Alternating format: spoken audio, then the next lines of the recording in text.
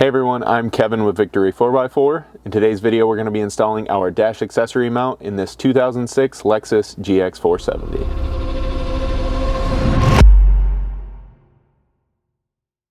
So here we have the dash mount itself. We're first going to mock this up with all of the mounting brackets installed so that we can locate it properly on the dash.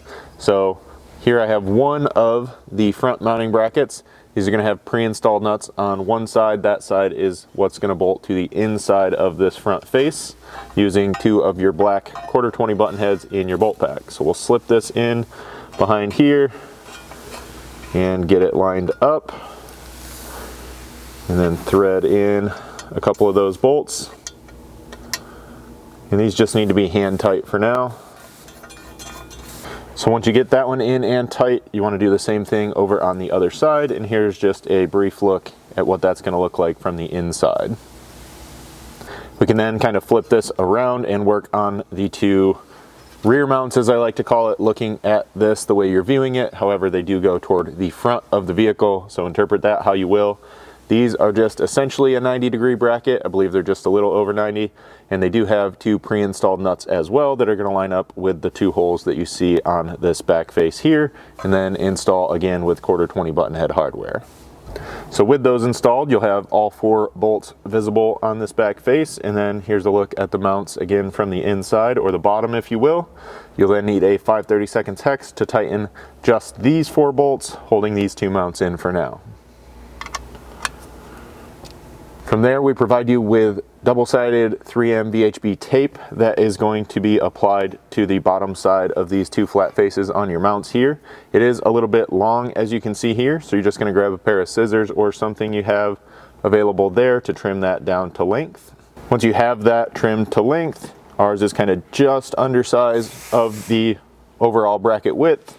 We're going to take a small alcohol prep pad and just wipe these nice and clean so we know we're going to get good adhesion with our tape, and then make sure that that is dry as well before sticking it in place. From there, we're just going to peel the backing off of one side of our tape and apply that carefully to the mount. We're obviously going to do that on both mounts, and when you get this on here, just make sure that you press it down nice and firm. A little bit of heat goes a long way with this, even just the heat of friction or your hand, if you will, to get that adhered well. At this point, the mount is prepped pretty much to be installed. It's going to install roughly up here in the center of the dash, over top of this whole center stack and display. You are going to have to mark and drill these two holes on each bracket in the plastic panels up there on the dash, and the way we're going to do that is with a 90-degree pick kind of reaching through this opening, which I want to show you now just to kind of give you an example of where you're going to be reaching and how you're going to have to do that once installed here. You can then place your mount up here above your center stack, so it's just kind of floating, sitting on those mounts. You want to make sure it's centered, kind of using both these inside and outside edges in comparison to all of the edges and vertical lines on your center stack here. You then want to make sure it's placed roughly a quarter of an inch, maybe a little bit less, above each of your vents here and sitting nice and level. And then you can reach in from the side with your pick and kind of scribe the hole locations in that plastic trim. We're just tracing out each circle on our mounts here and using caution not to move the dash mount in this process. As you move the mount away, you should now have two pretty obvious circular scribe marks that we're going to use as guides to drill our holes.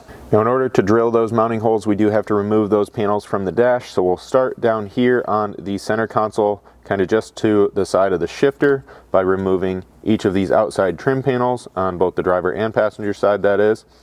So I'm using a plastic pry tool to try not to damage any of this plastic material.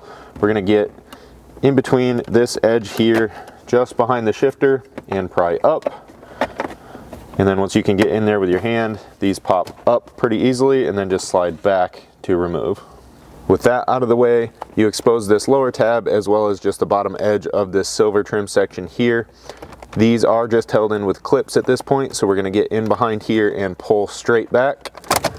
They are a little bit stiff, so be aware of that. You can kind of work your way up, popping those clips free, and then just keep in mind that you do have electrical connectors on each side that need to be removed before completely freeing these up from the vehicle. So again, you'll repeat that process over on the driver's side here.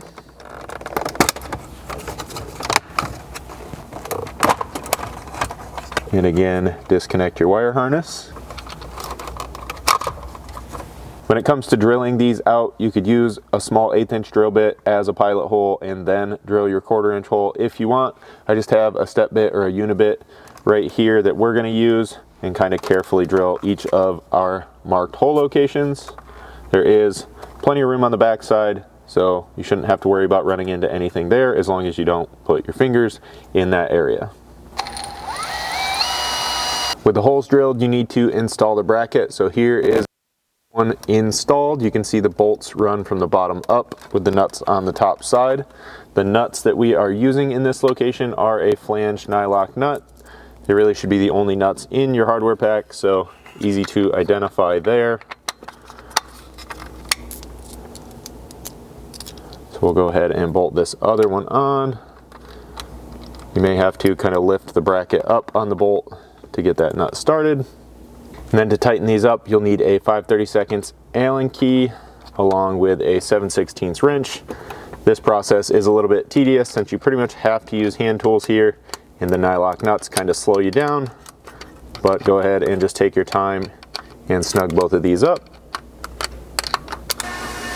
So with this, what we're choosing to do on this application is kind of try and hide this down along the center stack and get the two power inputs, if you will, down to the factory 12 volt plug down here. And then we're just going to use a 12 volt to dual USB converter to power our outlets up top.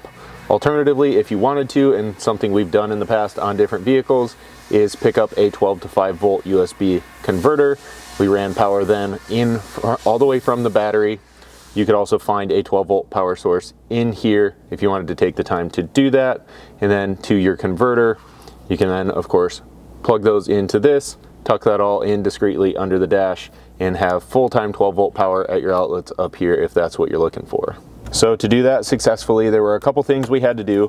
I first went a little bit further in our disassembly and pulled out this lower section down here that also houses its own 12 volt plug as well as that factory ashtray in this year model of vehicle. This again is just held in with clips outside of the two power outlets that needed to be unplugged there. We went ahead and put a small slot in the bottom of that. I just drilled a 1/2 inch hole here and then kind of connected lines out to the end to finish up that slot cutout so that we can eventually run the wires out through there. So we also took a bolt out up top here. It's kind of the top radio or again center stack display mounting bolt. We're just going to pull this out about that far. It kind of comes out maybe a 1/4 inch, and that's just enough to get our wires tucked in behind that bracket. And with our routing path kind of planned there, we first need to slip these ends through the kind of rectangle cutout in the dash mount and feed this all the way through so that we can pop our plug in here.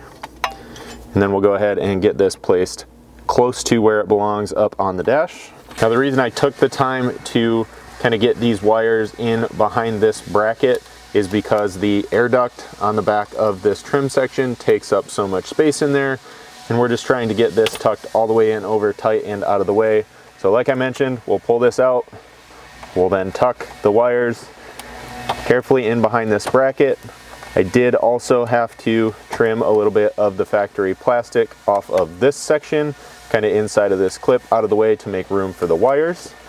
And then we can push that back in, making sure that the wires are out of the way, and reinstall the factory M6 bolt, which is just a 10mm socket on a hex head that you'll need to tighten up there. From there, I'm just going to continue feeding the ends down along this side and out into here where we're going to want them to wind up. I can then grab this lower center section and both plug these back in, which is going to be a little tight to see down in there, and once they're plugged in, just before we snap it in place, we will guide those wires kind of through our center cutout here, leaving just these ends exposed down at the bottom. So making sure again that those are lined up under here where we want them, we can line up all those clips and reinstall this section. So then down here, once that's snapped in, I'm just going to check to make sure we've got enough slack to get this plugged into our dual USB adapter and not have too much excess hanging down in this location. From there, we can plug back in and reinstall the silver outer trim panels now with our mounting brackets installed up top.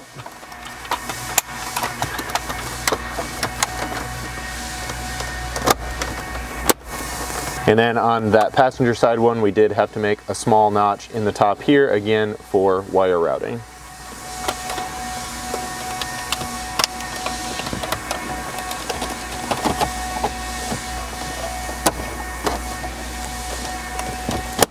From here, it's worth doing one quick test fit to just make sure that all your mounting fasteners are going to line up how you want them there.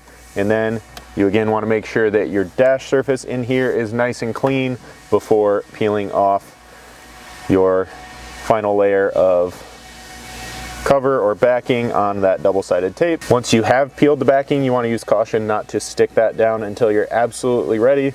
If you can, go ahead and keep that forward edge just a little bit up off the dash while you get your first one or two bolts started even.